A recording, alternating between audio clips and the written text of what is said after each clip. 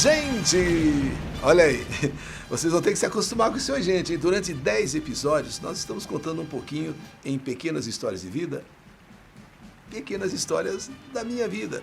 Pessoas que me acompanham, pessoas que são fãs da Eli Corrêa. Talvez, no rádio, inclusive, eu conto muito dessas histórias, muitas. E eu resolvi passar aqui para o nosso canal YouTube, Eli Corrêa Oficial, algumas coisas vividas, para que vocês conheçam melhor o Eli Corrêa, a nossa vida, a nossa história.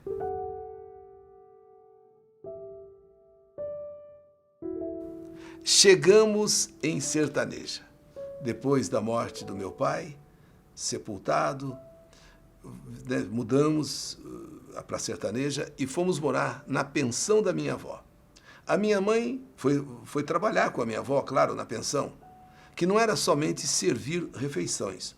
A pensão, ela também oferece dormitórios, quartos, né?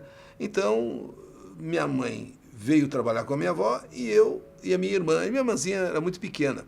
Minha avó já me incumbiu de uma coisa, pegar marmitas aonde ela servia, e eram várias casas de comércio, assim, sabe, de sertaneja, pessoas que comiam recebiam aquelas marmitas. Então eu me lembro até hoje que primeiro eu já saía tipo assim umas 9 horas da manhã recolhendo as marmitas. Eram 10, 12, talvez assim, lugares que você tinha que ir para pegar as marmitas. Trazia essas marmitas, lavávamos bem lavadinhas mesmo, todas, e aí era um gancho.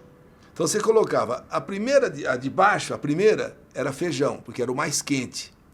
A segunda que você enganchava era a do arroz. A terceira era a mistura, ovo, batata frita, bife. Só a última que era salada, para ela não pegar o calor das de baixo. A técnica era essa. Se você colocasse a verdura no meio do caminho, ela ia ficar cozida. Então ela já ficava bem em cima. E tinha que sair. Então nós recolhíamos e depois que o almoço ficava pronto, minha avó preparava as marmitas e a gente então ia entregar as marmitas.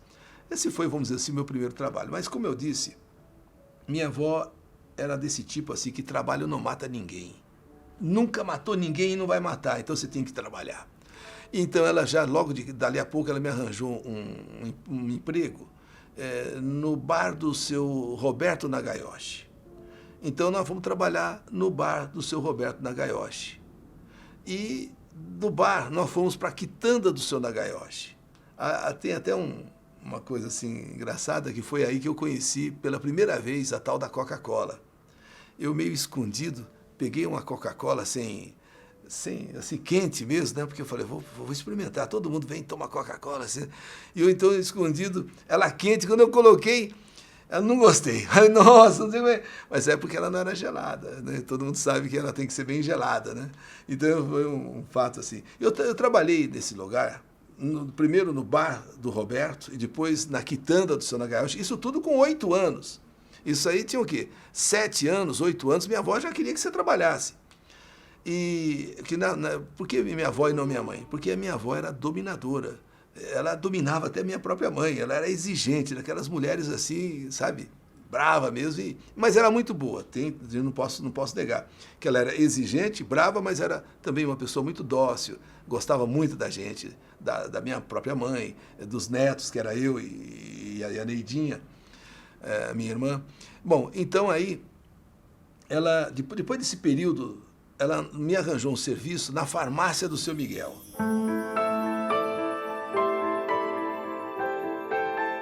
E foi na farmácia do seu Miguel que algumas coisas, tipo assim, foram novidades para mim. Primeiro, lá falava camisinha de Vênus. Então, quando chegava alguém para comprar a tal da camisinha de Vênus, chamava seu Miguel de lado, ou então o Toshak. O Toshak era uma espécie assim do braço direito do seu Miguel. Ó, aí eu já via aquele movimento, ia lá, pegava a camisinha, né, que é uma camisinha de Vênus lá, que é o preservativo, e passa. Eu comecei a ficar, o que esse homem vai fazer com isso, né? Aí o tal do Mods. Era outra coisa também, que eles não pediam para mim. Eu trabalhava ali, mas não pediam para mim não. Chamava o seu Miguel, aí vai lá o pessoal trazer o tal do Mods. É engraçado, eram coisas proibidas realmente assim pra gente que era pequeno. Mas foi ali na farmácia que que eu fui me soltando, vamos dizer assim, né? Ainda muito tímido, muito sério, eu quase que não dava risada. Quem diria que seria o homem sorriso do rádio mais tarde. Bom, aí no Seu Miguel eu fui trabalhando, aprendi até a aplicar injeção. Eu me lembro das 2 primeiras vezes, né, que eu fui aplicar injeção. Ficou um calombo aqui no braço da pessoa, porque você enfia a agulha mesmo, ou então ficou só eu com aquele medo, aí formou aquele calombo, eu já logo coloquei a camisa do homem, falei, olha, foi tudo bem. Falou, pô, até você aprendeu a aplicar injeção? Eu falei, aprendi nada. Isso aí, tinha o tal muita gente lá em Sertaneja tinha costume, os trabalhadores, né, de tomar banho de luz. Era um aparelho assim, que você ficava segurando, e eu de sacanagem, às vezes a professora bem pertinho, ai, mas tá quente, tá quente esse negócio. Eu falava, não, tudo bem, é o banho de luz que tá fazendo efeito. Essas brincadeiras de criança, né? E assim, foi que o período, chegou um momento, e também aí aconteceu um fato, que aliás poderia ter mudado alguma coisa na minha vida. A mulher do Seu Miguel, a dona Edith, era professora. A minha avó chega e diz para ela, dona Edith, não tem que, o Toninho, olha, não tem que dar folga para ele não. Na hora que tiver folga lá na escola, já pode mandar ele vir trabalhar. E ela falava, tua avó mandou, você não vai brincar com as outras crianças não vai jogar bola, coisa nenhuma, já vai trabalhar, porque foi tua avó que mandou, que você não é para você ficar fazendo onda não, é para você ir trabalhar. E lá ia eu trabalhar.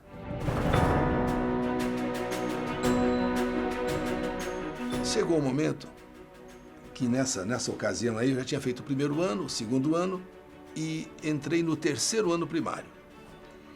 No 3º ano primário, a partir do princípio de que naquele tempo você fazia o curso primário, a partir dos 7 anos, você só entrava na escola com 7 anos, e o professor Luiz Fabretti, que era jogador de futebol, inclusive, dos bons, viu? Jogava no time de Sertaneja, era um dos bons jogadores, mas ele era professor. Ele era até de uma cidade chamada Cajuru, do interior de São Paulo. E surgiu lá em Sertaneja, casou com uma moça de Sertaneja, e professor de ciências no ginásio e professor também primário. Bom, numa das leituras feitas em sala de aula, ele parou assim e pediu aplausos para mim. Eu não entendi nada. Logo eu, aplausos pro... Aí ele começou a chamar de Antônio. Naquele tempo já começou a trocar o Toninho em casa e Antônio fora de casa. Aplausos pro Antônio. Aí eu falei, por que será, né? Aí ele se voltou para mim e disse, olha, quando você crescer, se você quiser se tornar um locutor, você pode.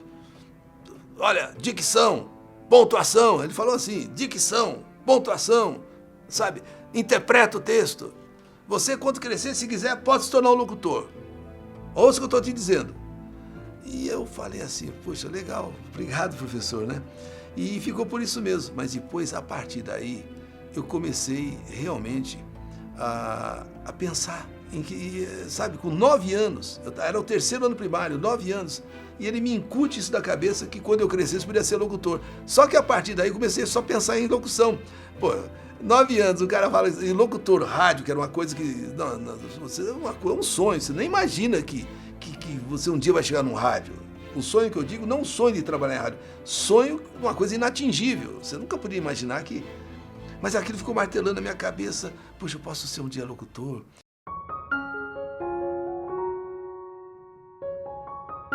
Aí começa, então, quando então eu saio da farmácia do Seu Miguel, já estava no 4º ano e vou trabalhar nas casas pernambucanas. Nas casas pernambucanas. É quando então eu tenho um contato direto com um microfone, pela primeira vez na minha vida.